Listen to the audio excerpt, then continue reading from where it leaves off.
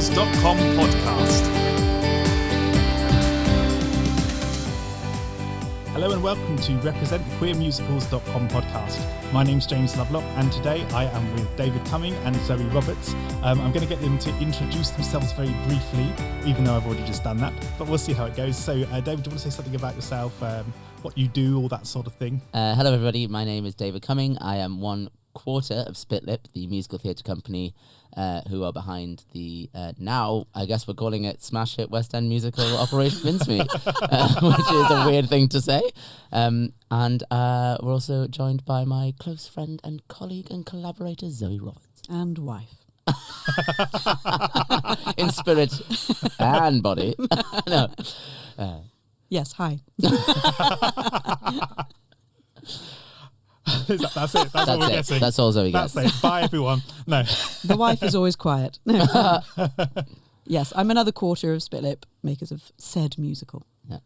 Excellent. So what I was going to start with is just maybe talking a little bit about things that have inspired you in terms of your theatre making, because Operation Mincemeat is quite different to most musicals. And I'd love to hear more about what it is that you kind of started you off on this trail, so to speak.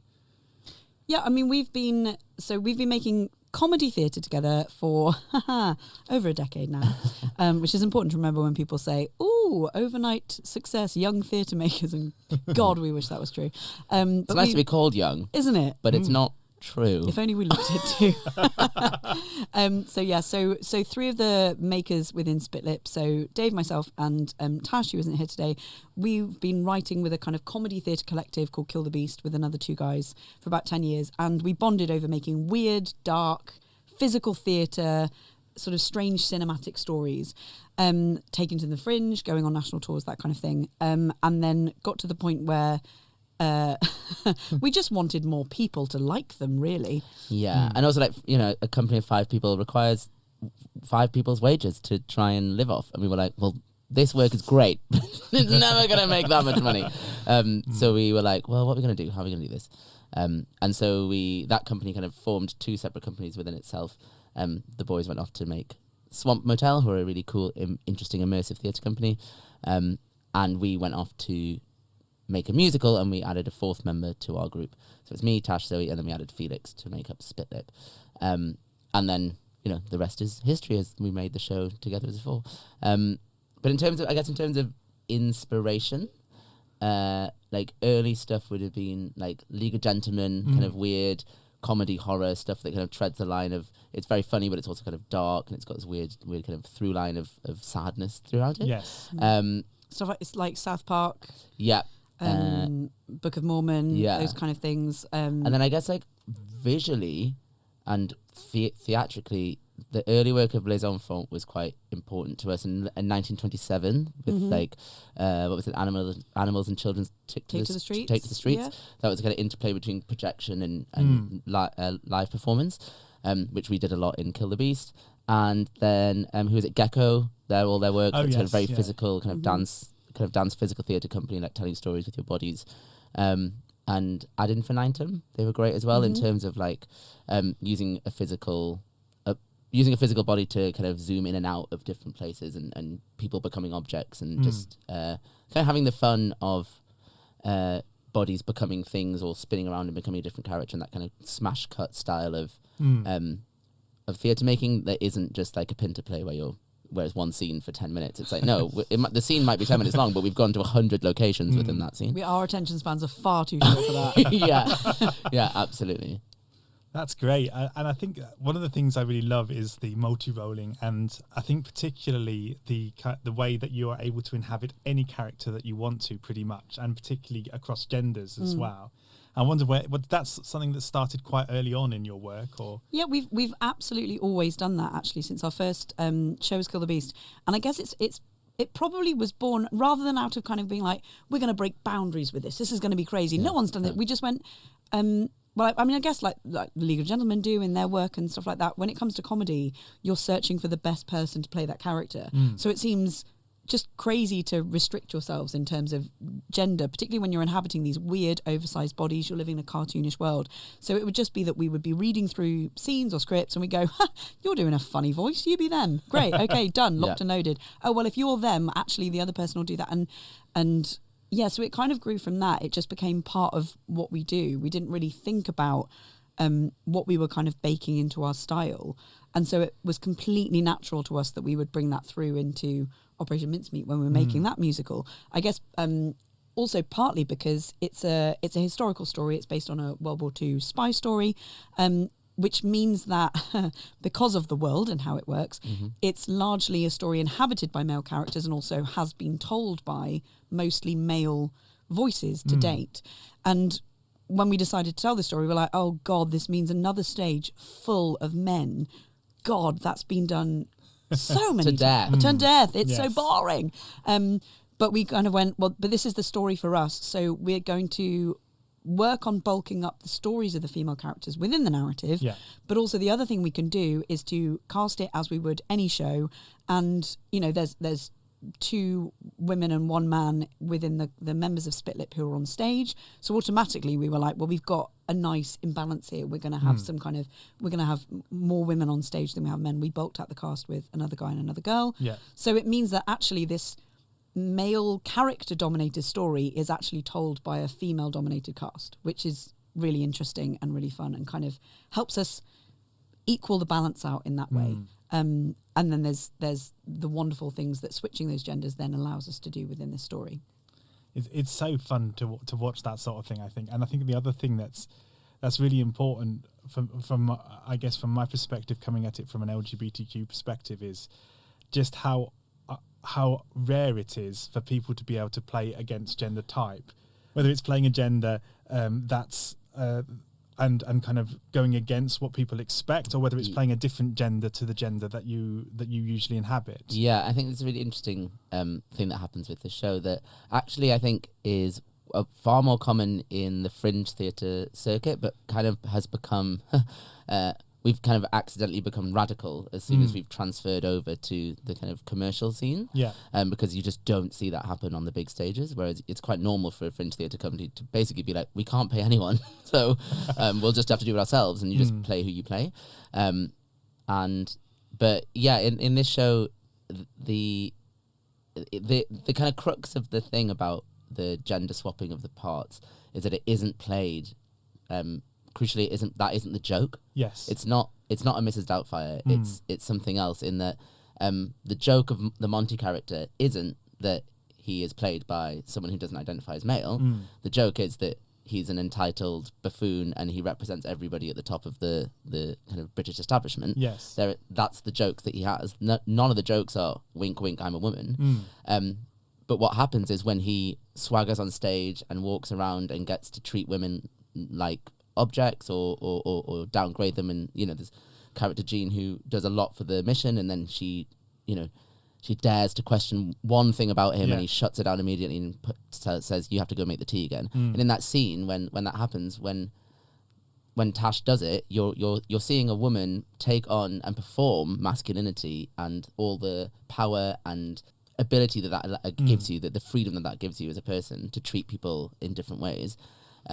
And you read it not as, oh, it's that man, it's Monty. You read it as, oh, that is a learned behaviour and a learned performance that we allow certain men to do. Yes. And there are other men in the room who don't do that, but Tash is the one that does it, and it marks it out as, oh, that's a learned behaviour. And it's just a really interesting kind of queer reading of the story. The story itself isn't inherently queer, and there's no openly queer characters in the show. There's nothing actually about anything which we'd class as modern day queer. Yeah.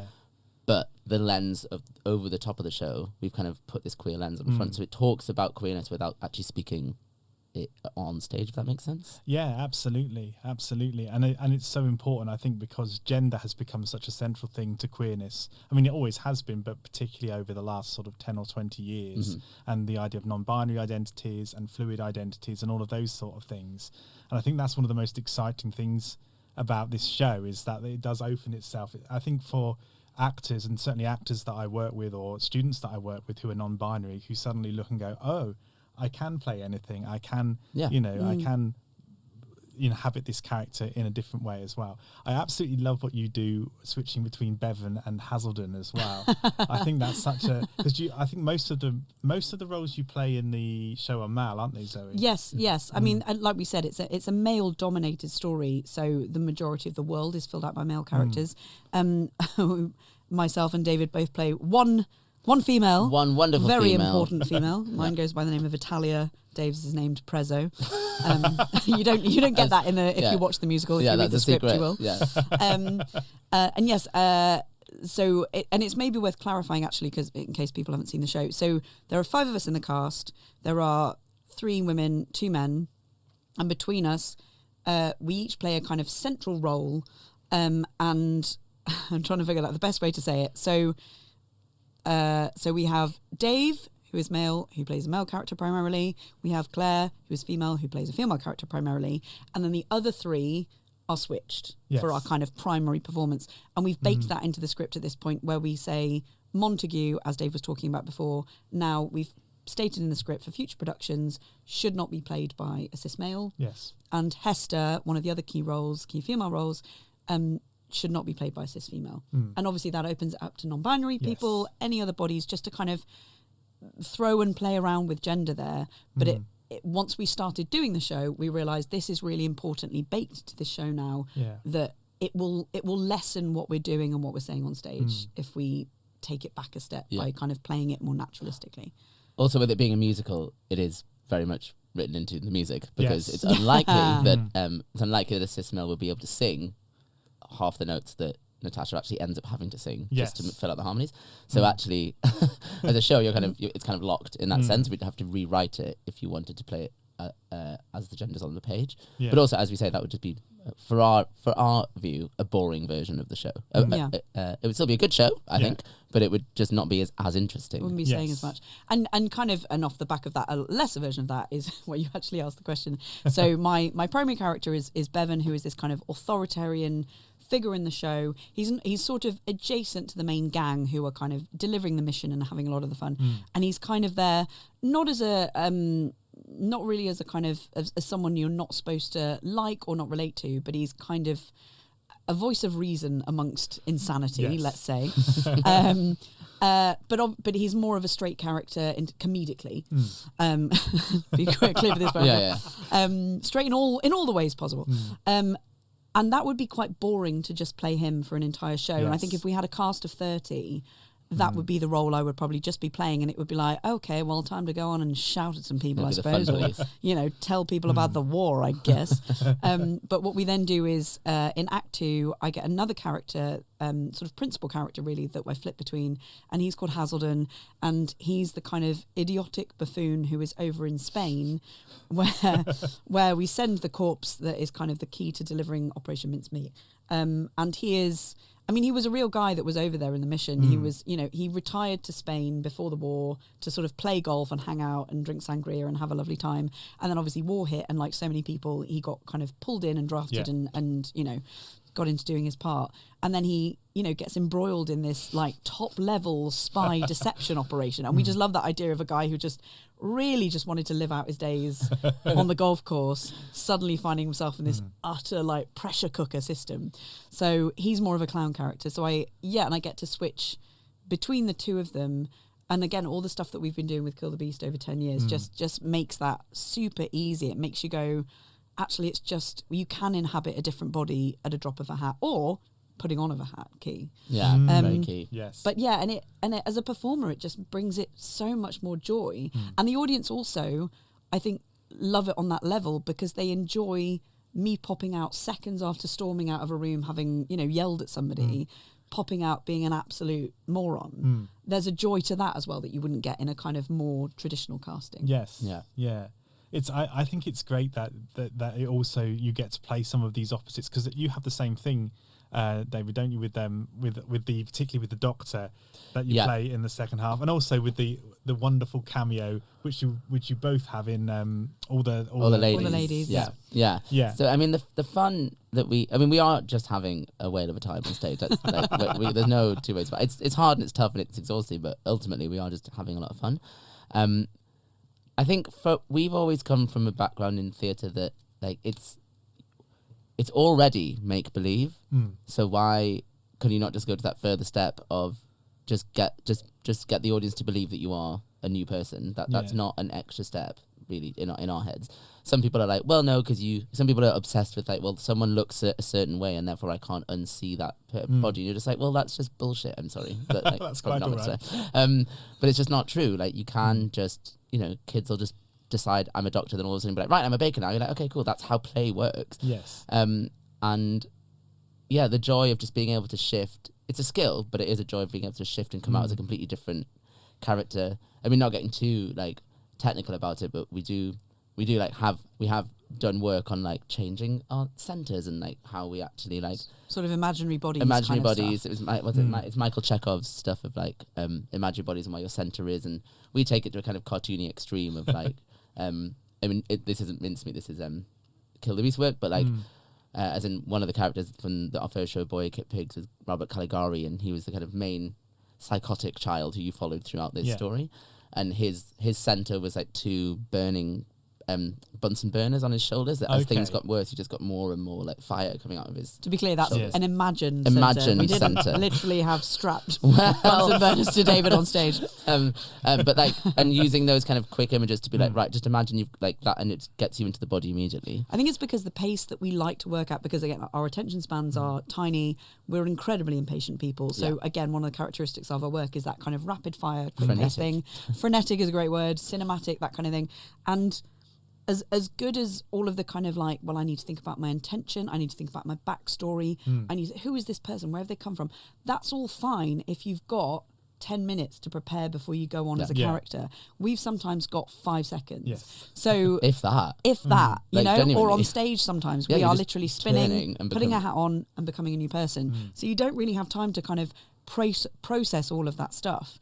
Whereas actually having a kind of imagined physical center that you can just suddenly go, I think one of my characters in the past has been a little old lady, and I imagine that she's holding a little nest of bird's eggs that she doesn't want to break.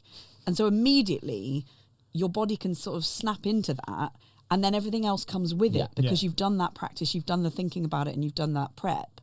Whereas, if I spun and put a hat on and then went, well, hang on, okay, so I'm 87. Obviously it can be done, but it also just makes it more of a fun game. It makes us inhabit this slightly larger than life world that we like to build for people. My background is in improvised comedy and improvisation, so I recognise a lot of what you're talking about here and the fun that happens when you're able to just go into something and be in the moment. And I think it's a really different and lovely skill as well. If you're interested in LGBTQ plus representation in musical theatre, check out our website www.queermusicals.com for lots more information about musicals with LGBTQ plus characters.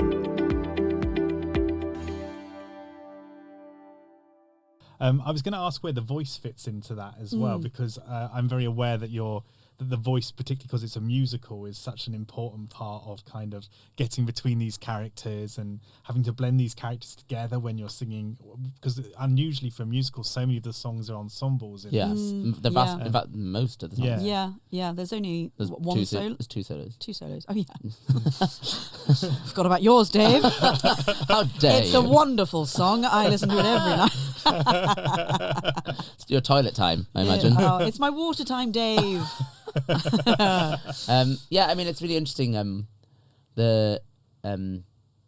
Like from a writing perspective, it was really interesting going through, and when we were like finally setting the harmonies for the West End version, because everything was always in flux up until that point, and then we had the terrifying like death knell of like by May the 10th of 2023, this.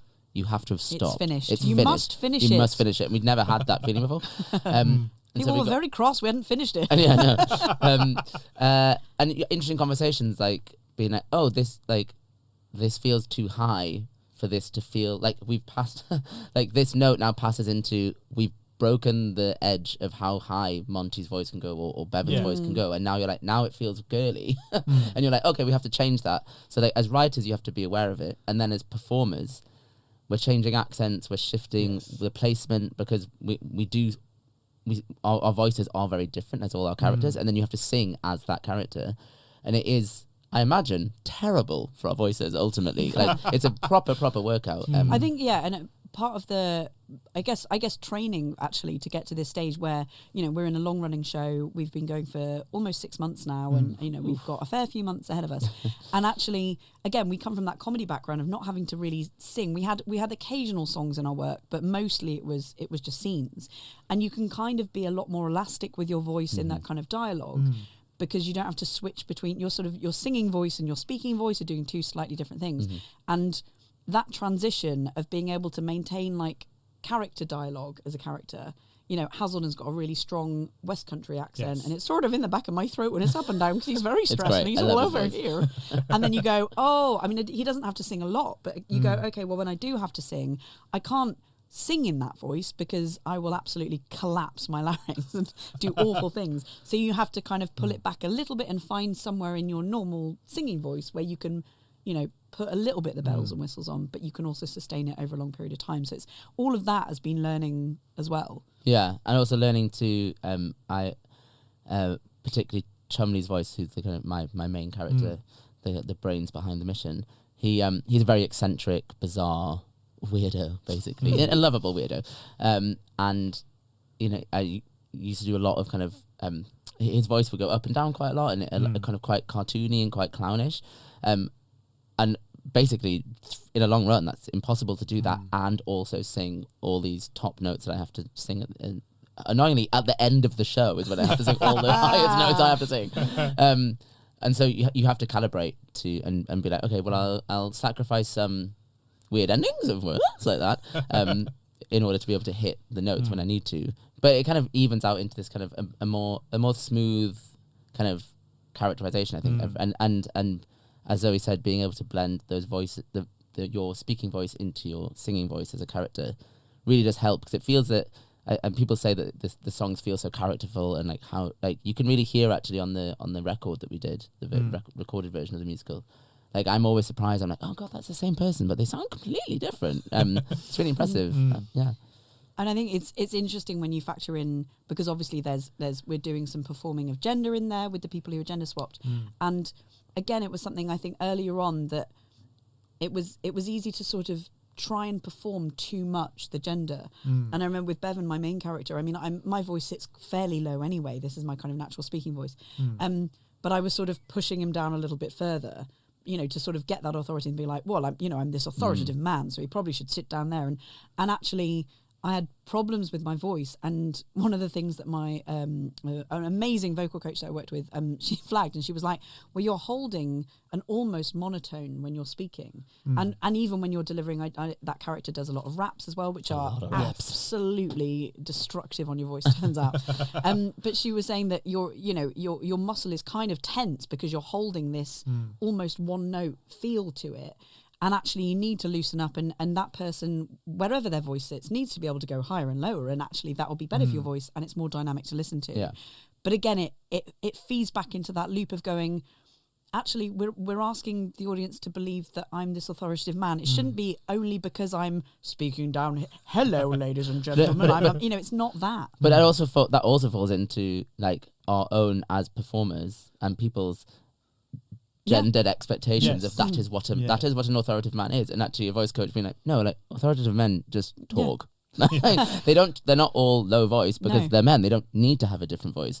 Whereas it's quite common for women to end up having push their voices higher to sound more because they have to perform their femininity.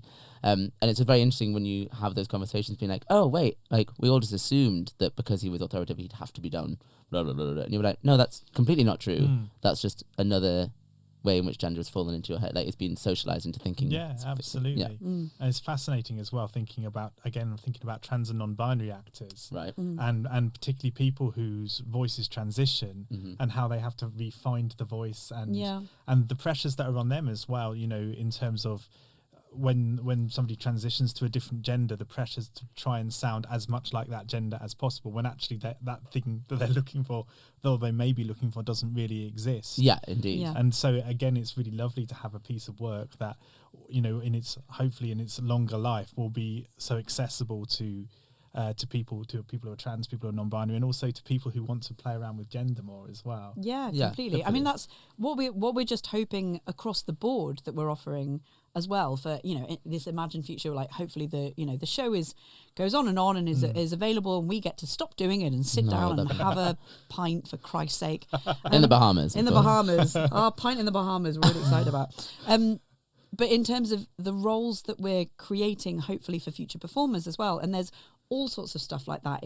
It's you know, it's being people being able to sing, you know, female parts in inverted commas that are high and falsetto, or that are, you know, like a lovely ballad that opens up and has emotion behind it, that is a male part but that sits quite low in a sort of alto range, or, you know, that has a big strong belt to it. Just kind of broadening that. It feels a bit like we've fallen into a place where, particularly within musicals, I'd say more than plays, there are very specific boxes and roles that certain people are supposed to fall into. I'd say particularly for women, there isn't that kind of breadth of different characters. It's kind of almost like you play the young ingenue, or you play the haggard mother, and there's barely anyone in between. And bloody right. Yes, too right. I'm really excited for my haggard mother phase. Any day now, I'm excited for it. Hey! I'm a haggard father in this one day. But, you know, and that's what we hope, and particularly for myself and Tash, where we've created these roles that allow you to take center stage in a musical, and a really fun musical as well, which is essential, and take up that space and inhabit those kind of, again, male in inverted commas, that perform those kind of male characteristics, get to be authoritative, get to be charismatic, get to host a show, get to own that stage, own the stage.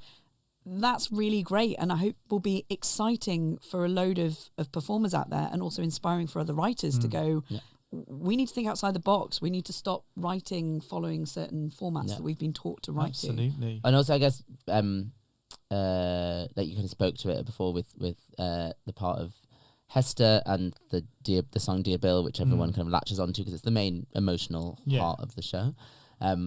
As Zoe said, like, it's so rare to see a male presenting body, or someone who isn't cis female, on stage and singing a song about lost love and sadness, without then, as would normally happen in a male track, moving to like anger or revenge or violence, because that's how men sort things out, or that's what we're taught, and it just sits with it, and it's just left in your heart as like this moment of, it's a long song, it's 6 minutes long, and I think it's really affecting. And actually what's interesting is hearing men who watch a show be like, I've never cried at a piece of theatre before, and that absolutely ruined me. And it's like, because I don't think you've ever been told you're allowed to be vulnerable. You're allowed to sit in that. You're allowed to sit in that emotion for as long as you want. You're just like, you don't have to brush it away.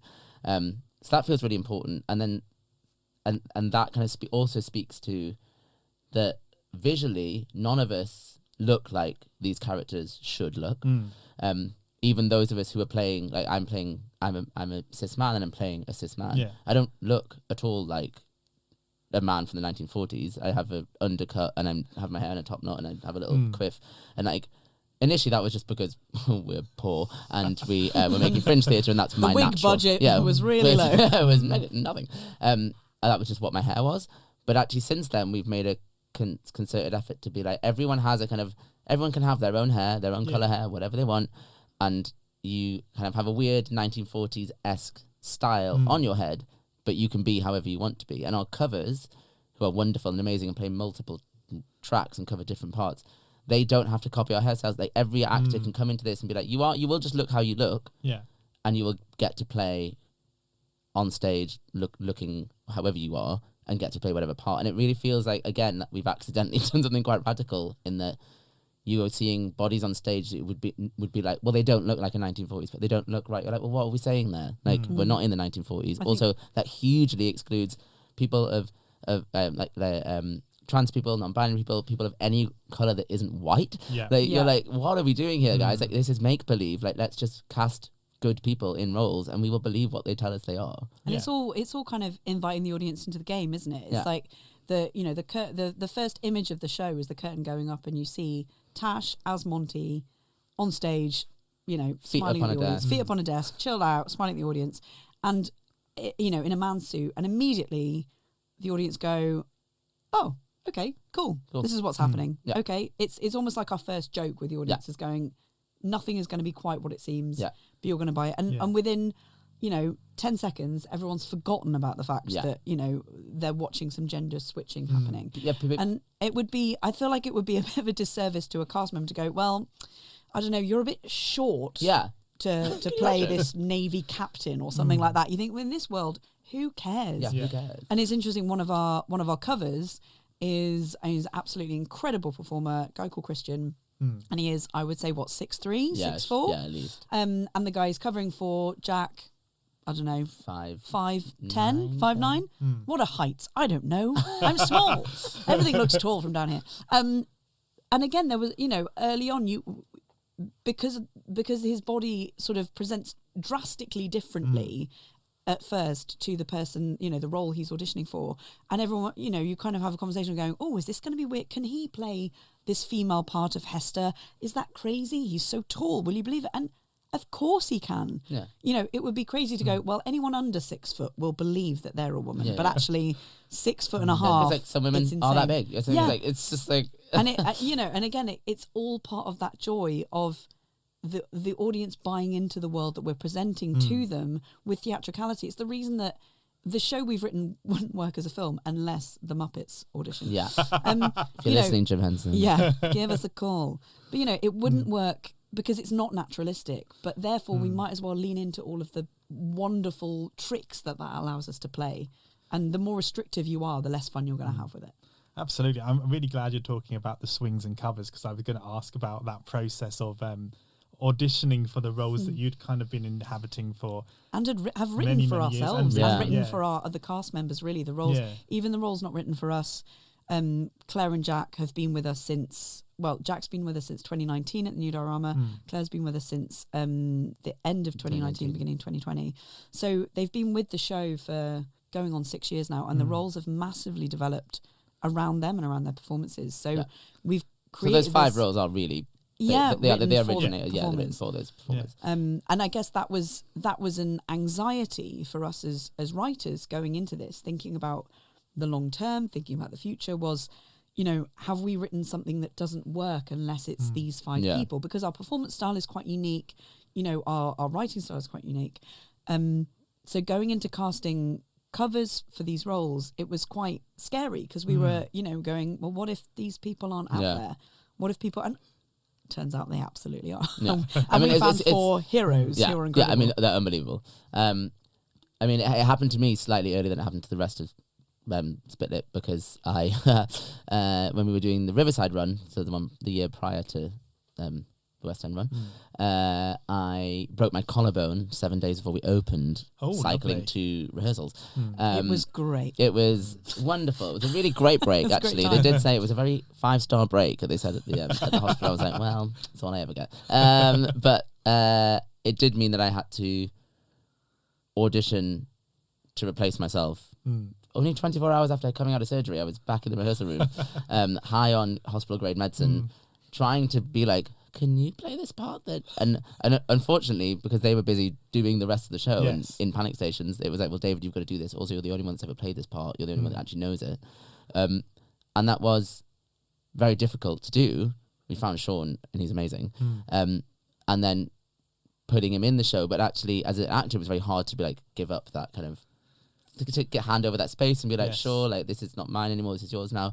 But as a writer, finally watching the show and being like, 1, the show is great, like, it's really nice to see it and be like, this is actually a really good show. And 2, to be like, like something in me just like relaxed. I was like, oh wait, like the joke, the part is fun. Like, I'm funny in the part, but the part is actually doing most of the work. I'm just like kicking it a bit further. And that actually, that's what we found with all these actors. And in fact, this very week that we're recording in, we're in a situation where we're on a second cover situation. So someone's doing, one of our covers is doing a part that they don't normally ever do unless in a complete emergency. Yeah. And their first show on Monday, they were adding new stuff and finding new jokes in that track that we have never even thought of. And we've been doing this show and those scenes for 5 years. It's embarrassing, really. and did something that made nearly all of us on stage burst out laughing. We're like, that is so funny. How have we never thought of that? And so it's really nice to, as writers, to have that kind of the show like slowly expanding, and it just made me. I was actually thinking last night. I was like, God, if this show continues and more people do it, like all the different versions of jokes that could ever happen in this script. It was really a joyful thing to think about. So as writers, it's very as actors, it's very humbling because you're like, well, it's not us. It's I'm not actually that funny. But then as writers, you get the joy of it being like, actually, the script's really funny and we wrote that too. So, but yeah, it's a really interesting process. But honestly, get these people on because we just want to have a nice big sit down, a nice cup of tea. Oh, I can't wait. But it's so amazing that as well, that even though we said earlier on, you're getting to the stage now where you think the show is finished, like the finished draft in May, but actually it will never be finished in terms of, because of the way that it's written and because of how the actors can bring different things, and a different combination of actors will do something different, and a different audience will do something. And a different. It's one of the things we love about theatre, I suppose. Yeah, indeed. And like I was thinking about that and how there's all these different versions that'll happen, and then also like if different productions happen, like it could be how they do. There's the end of Act 1 number where we jump cut between the two kind of main guys from the mission going out on a pub crawl through various different 1943 venues in London, and a submarine under the sea being attacked, when we like smash cut between them, and it's like just thinking like how would different productions even envisage that. It's a really exciting prospect because it's the first time any work of ours has kind of reached a level that it is feasible that other people might actually do it. It's just been us and our own interpretations of our own work for nearly 13 years, I guess. So that's a really exciting and I guess terrifying thing because you might watch and be like, well, you've ruined. This is mad. I mean, also what's really nice is how our fan base has responded to the covers, and the kind of widening of the cast has been really gorgeous. That they're desperate to see them. If anything, they come up and go, when are you off? Yeah. When are you not on? You know, do you feel a bit peaky? Do you want to go off for a week so we can see your cover? But actually it's wonderful. One of the fans has even created a bingo card, a digital bingo card, which is online. It's on Twitter, and they've shared it internally within their kind of their fan base. And there's a different bingo square for every combination of the cast in all of the different roles. And you know, if you get a row across the card, you win bingo, and it's amazing. So we get people, you know, stamping off their cards and being like, "Oh my god, I've never seen this combination for," or I really want to see this person as Jean, but with the rest of the company with the main roles. It's just it's getting really exciting, and like Dave's saying, it means that there's. I don't even know how many versions of this show even exist on the... Yeah, it's a multiverse. Yes, it is. And it's really lovely to kind of have audience members celebrating that and reveling in it, rather than, I believe, sometimes there's a kind of weird snobbery about seeing a cover go on. Like, oh. You know, and it's not about that. It's, you know, you get to see a more, you know, I don't know, a better version. But a different version. Different version. And that's fun and fine. Yeah, and it might be because we play so many different characters that actually you perhaps don't get so wedded to like one person's one character, if that makes sense. But I also just think it's classic theatre snobbery, and it's part of a whole culture of being like the stars are treated like stars and everyone else is lesser, and you're just like, well, no, they're also just actors who are very good at their job. So like when they go on If stage, anything, they're doing a much harder job. I mean, it is not even if anything, like definitely it is harder. The How do show they is know incredibly complicated, and I think, and again, people I think maybe not in the industry don't quite know what is involved, but and even we probably didn't really comprehend what is involved. But they're learning multiple tracks. The girls, there's 2 girls covering 3 roles, so they're each learning 3 roles, and we're not just talking like knowing the lines, you're talking exactly where to stand on the stage for all of the dance routines and physical sequences to work. You're talking, you learn the backstage track, which involves where you need to stand for all of the costume changes, what pockets you need to put props in so that you can get them in time and pass them to the right person, all of the different harmonies. You're singing different harmonies for different lines depending on what character you're singing. You're learning raps, it's so multifaceted what they're holding in their heads at any time. And to know that they might be given 10 minutes notice and be told, oh, by the way, you're on this character, come on quickly, shove your hair up, we're going on, it's happening. And it's like, they're more like swings, I guess, in a classic term. And swings are obviously like the lifeblood of the West End. And utterly amazing. But what makes it extra difficult in this show is that there is only 5 people. You are only one of 5. There is no hiding. There is no big ensemble in which you can kind of like get lost in. Yeah. There's also very little off-stage There time is no for anyone off-stage to check some notes and go, what the fuck is going on next? What am I doing? Oh my God, which bit is it? A lot of the roles barely step off stage. So it's, it's you really are in the spotlight. Yeah. But if that sounds like a good idea to you. But yeah, so no, it's great. We love them. And it's a wonderful new aspect of the show kind of growing up, I guess, and expanding beyond us, which is interesting. Thank you for listening to this podcast. If you're enjoying it, don't forget to subscribe or follow on your favourite podcast service. If you want to follow us on social media, you can follow us on Twitter @QueerMusicals, or you can follow me @Dr. James Lovelock. One of the other things that interests me about these real people that existed, that you've kind of, the stories that you've taken, and how different it is because of, as we spoke about right at the beginning, the makeup of the writing team and the creative team, and how it's a very different kind of take on, for example, from the film of Operation Mincemeat or from reading the book of Operation Mincemeat, because you've taken these characters and they've become something completely different. I'm really interested in how you've kind of, how that's worked for you and how you kind of deal with the fact that these characters actually are people that existed, or do you just forget that completely? I don't know.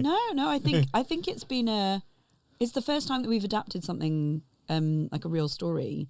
So the weight of that, I think maybe when we very, very initially started, we weren't really thinking about that. I think we were just being like, how do we make a musical? We weren't really, I don't think we were thinking about anything, frankly. Yeah, we were just like, oh God, what's a song? What's a rhyme? Literally. What rhymes with hat? I don't know. But actually, as the show's developed, and from a fairly early stage, particularly the kind of principal characters that we all play, the more we've done the show, the more we've realised, hang on, these were real people, and we have a real like duty of care to them, to their memory, to their family members. I think actually one probably most significant moment that kind of clicked that in was the new diorama run, which is the first run we did in 2019. And obviously it was terrifying. We'd not written a musical before. We barely got it written in time. We got it written in time for show 2, I'd say. We rewrote all of Act 2 the weekend before before we opened, because we tried to rehearse Act 2 and then realised we hadn't written it. Yeah. Like, I'm not even kidding. We were like, wait, what? We haven't. Oh, it was a disaster. We've been, it was spectacular madness. disaster. But anyway, and so we'd I think basically just been keeping our heads only just above water for so long, and then we got into this 5-week run, and quite early on in the run, we got just informed by front of house going, oh, by the way, we've received an email just to let you know that apparently the Montagues are in tonight.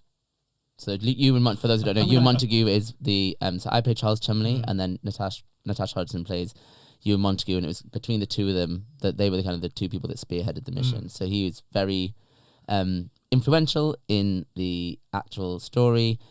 Later went on to become a judge of the land. Like, he's an influential person, and also is the kind of host of this show in the sense that he is the voice of the establishment and the entitled people. He's a nice guy, but that is how we paint him.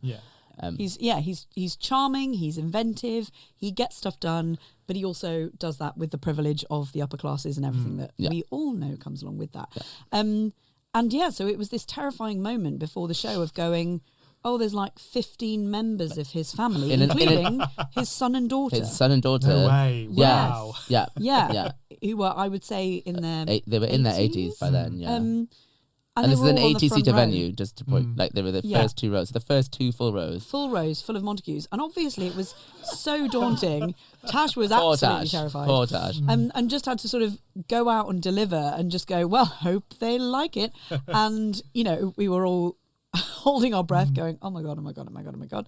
And then really clearly remember that after the show, we sort of went through the theatre, went out into the foyer, and Tash came through the door and just heard someone shout, Father! Yeah. No, Grandad. Grandad. Shout Grandad. And run over and hug her. And run over and gave her a hug. And they are amazing. They loved the show. They loved the portrayal. I think his son and daughter were slightly confused at first by the fact that their dad was being played by a woman, 35-year-old woman.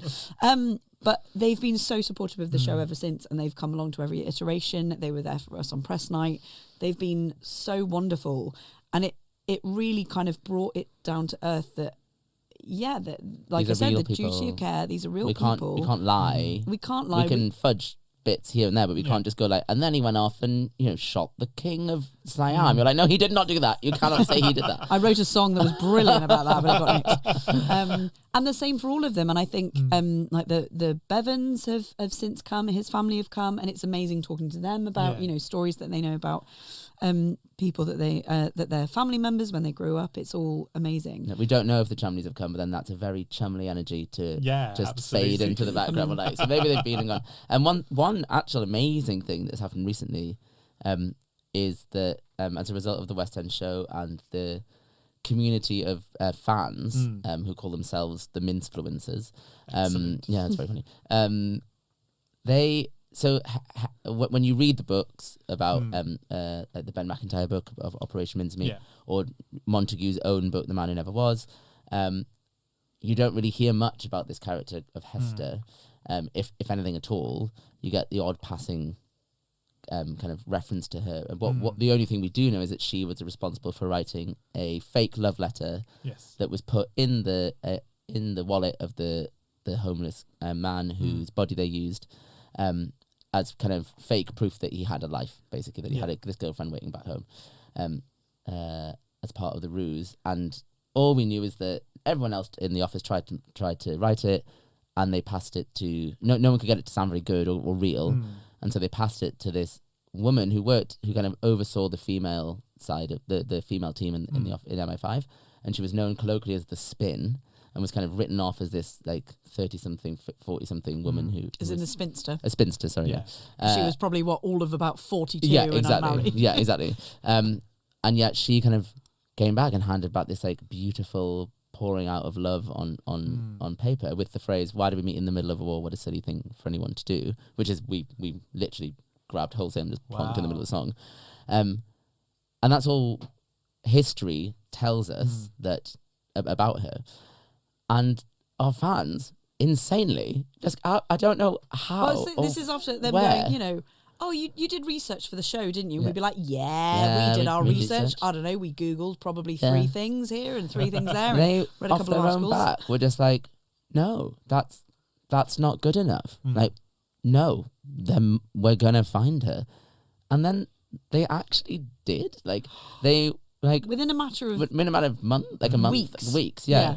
They collectively, between them, like scoured the internet, went to the National Archives, some contacted MI5. People were driving across the country being like, oh, we found proof here. And it turns out that because of a misspelling of... so we were under the idea that her name was Leggett, but it was actually Legat. And when they found that, they were then like, oh, wait, no, there was a woman called Hester Leggett who worked at MI5. And over the course of a few weeks, and then officially a letter from MI5 confirming, yes, a woman called Hester Leggett did work here. She was under this thing, and she worked for the very department that did Mincemeat. So it's pretty much, cut print proof that it happened. So the show has eventually unearthed another member of the team who was who history, white male history, has been like, well, we couldn't find anything on her. So anyway, we're moving on, and the fans have gone, no, she matters just as much as everyone else. And it's been really beautiful to see that happen. It's been amazing. And I think also part of that is that Jack, who plays her in the show, he had very little to go on in terms of building this character when we were first making the show. And like we said, we've kind of... the part has expanded as he's performed it. The two things kind of grow kind of symbiotically, I guess. And he is...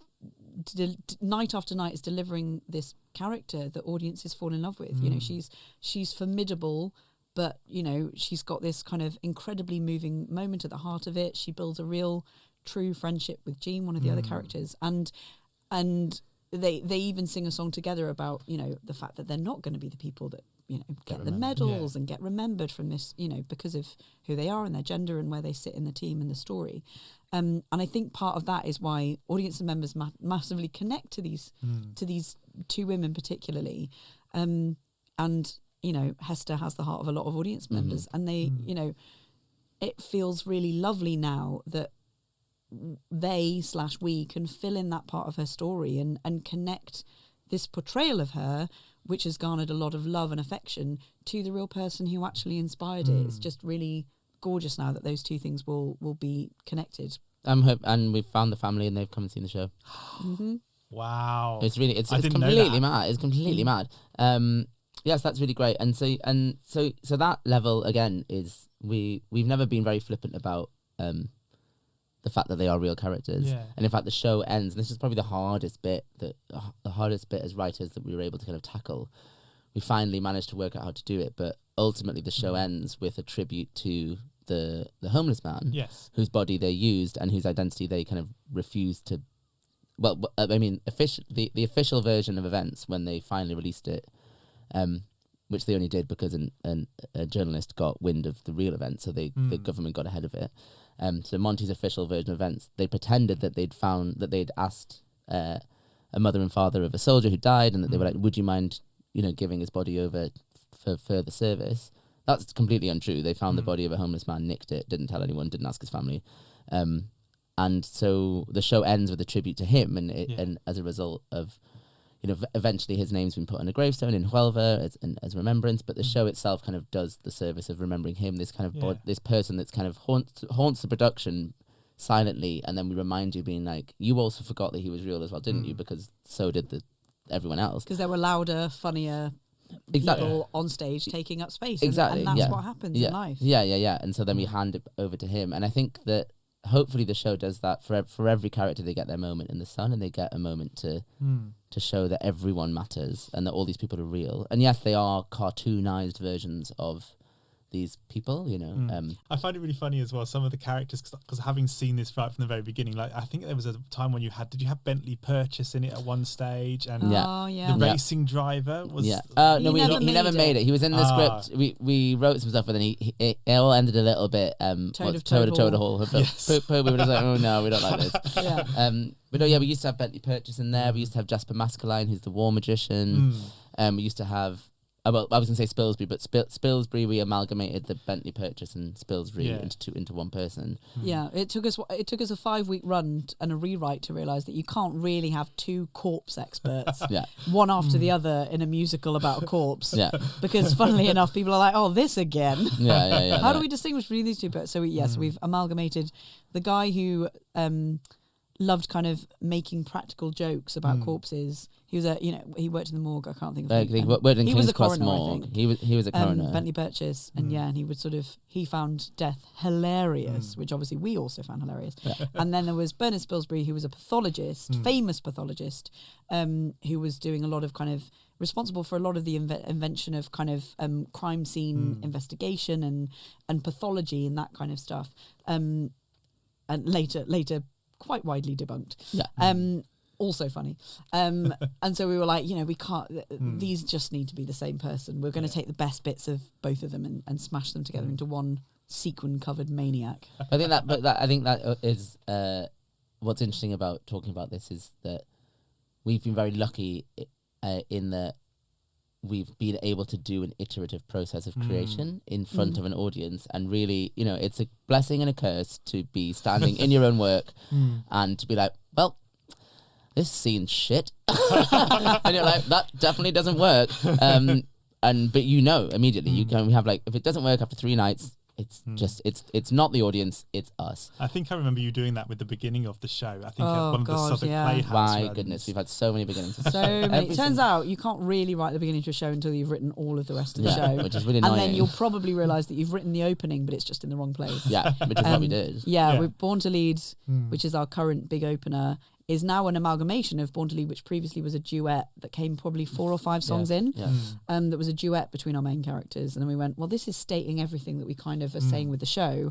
And a song called Need to Know, which was Bevan's song, which was delivering the entirety of World War II history and why everything mattered in the States. And again, that was really late in. That came after Born to Lead originally. And we were like, God, we can't wait 5 songs to explain to people why this is important and why we should care. And so you kind of go, oh, we need to introduce those characters, all 3 of those important characters. We need to give the context and the backstory and the stakes. And we also need to explain what the show's about and the general kind of striking themes of the show. Oh, they all have to be in the... Oh, crap, we're going to have to redo it. And so we had bits of that. We had kind of leanings on that in a couple of iterations, but they absolutely went in the bin because they Great songs, everyone, but Yeah, They really were, fun. yeah. Oh, I God. remember the one that you did which was about all of the people Special Boys. Special Boys. Yeah, with the different Yeah. crests. Yes. about Eton and Harrow Boys, which was really fun. But But we get that, we do that in we don't have time Yeah. for a whole No. song about Yeah. that. Turns out, and it was probably the hardest thing was writing the opening and writing the end of Act 1 have been probably the hardest bits of the show. Just in terms of like technical understanding of what they need to be and what they need. They're some of the hardest working pieces in the song, and we did a lot of, going back to the drawing board, listening to the opening as a musicals and going, how the hell do people do this? It's one of the main things that we've gone, well, we can't just, this isn't just about writing a song, this has to be. It's you've got to set up the whole world, and usually, ideally, your main bunch of characters and the kind of overall objective in one song when you've only just met them. It is a really, really hard task. And we even had, although we didn't massively edit the number for this run, we changed who was singing what because we still hadn't quite gotten that right by last summer. It took us a while to land on the fact that actually Monty needs to open it on his own because he's telling the story. He's the host of this show. And then then we need to meet Chumley as the person who is separate to that. So you need to meet separately, but you need to meet you need to meet him, but you have to meet all the other boys so then he can stand out as the wrong boy and be like, oh, he's the odd one out. And then Bevan can arrive and deliver context. We've met the people and here's context. But yeah, getting that right, they're jigsaws, they are. It is like structure is the main job of playwriting and musical making, and it's even more so for musicals. It's so hard. It's all just like, well, that goes there, and as soon as you like clunk, that bit's in place. You're like, oh, but that cog doesn't fit with this bit, and you're constantly. If we ever write another one, I'm just going to put Special Boy at the beginning of it again, and just be like, that's a placeholder. Yeah. We'll open with this. About a girls' school. We will. Yeah. I think sometimes you have to do that though, don't you? You have to put something there because if there's nothing there, then that's all you worry about. Yeah. We always say because obviously as writers you can kind of agonize over every word, and it's just so time consuming, and we're always like, something is better than nothing. Yeah. Constantly we're like, oh, I've written a draft of this. It's crap, but it's there. Not this, but. And the very fact of it existing means that we're over the biggest hurdle. Like something is down on paper. We can put something in the bin. We can't put nothing in the bin. So let's hurry up and get something so we can put it in the bin. It's been a real joy to kind of follow the process right from the very beginning and all the way through all of the different iterations. And I think one of the things that's come up today that I really love about it is that it's about giving the voices to people who maybe wouldn't usually be at the forefront of the storytelling or telling the story in a way that represents those people, which is, I think, for me, what queer representation is about, but also all sorts of other representation as well. So thank you so much, and I hope that it continues for a very long time. So do we. West End, because it's such a joy. And so, thank you very much for joining us, and we'll see you all next time.